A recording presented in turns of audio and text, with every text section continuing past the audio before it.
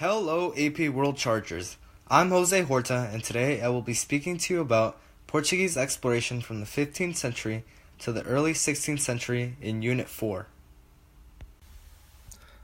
To better help you understand the material, I will be teaching you today in a visual manner with pictures and symbols. I hope you enjoy this video and take to memory this information to have a better understanding of Unit 4. To begin and give you a contextualization of what Europe was like before this period, in the aftermath of the Christian Western European military campaigns against Muslim forces in West Asia, the failed Crusades, along with the published travels of high middle-aged travelers like Marco Polo and Ibn Battuta, brought many effects to Western Europe that included growing interest in Asian products and cultures.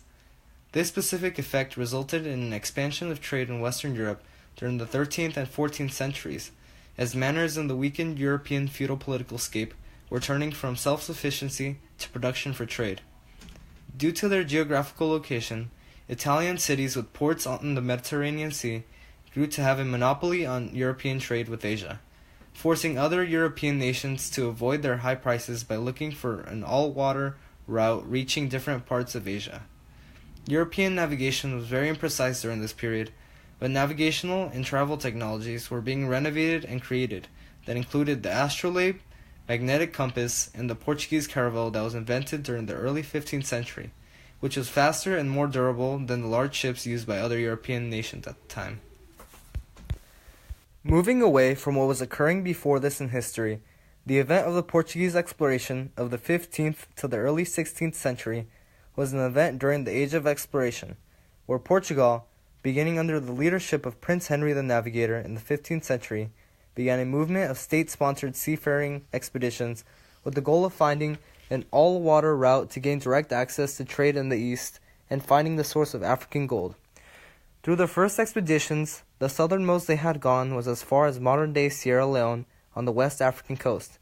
Following these expeditions, after a period of cessation, various Portuguese explorers established ports in the places they discovered, including parts of the African coastline, India, Brazil, and Indonesia, even arriving in Japan, becoming the first Europeans to trade with them. Their expeditions ultimately led to the creation of the long-lasting Portuguese maritime empire. Now that you've learned the basic information of the topic, I'll get into the smaller details of their exploration by going into the expeditions of a few major Portuguese explorers and what they found or established, in chronological order. Beginning with the founder of the Portuguese exploration, Prince Henry the Navigator began to sponsor a series of Atlantic expeditions along West Africa, after he was named the Administrator General of the Order of Christ and had access to their funds.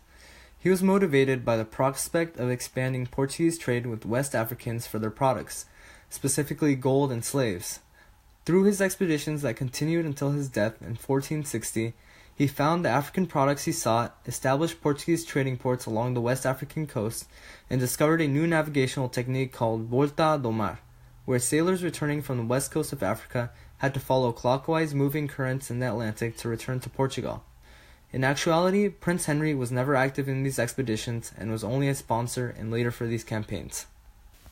During the following years, minor Portuguese explorers kept pushing southward, along the West African coastline, making small gains and discoveries until the arrival of our next explorer in 1487. In this year, the ambitious Bartholomew Diaz set off on an expedition with the goal of finding an all-water route to finally reach India. In January of 1488, he finally rounded the southernmost tip of Africa, naming it the Cape of Good Hope, but was too scared to keep pushing eastward in fear of mutiny, so he returned home. It wasn't until a decade later that his initial mission was completed by our next explorer. In 1497, Vasco da Gama was commissioned the same mission given to Diaz of finding an all-water route to reach India by King Manuel of Portugal. A year later, his fleet finally reached Calicut, India, claiming Indian territory as part of Portugal's empire and trading with the natives. Initially, they had not realized that it was India due to their ignorance of the region.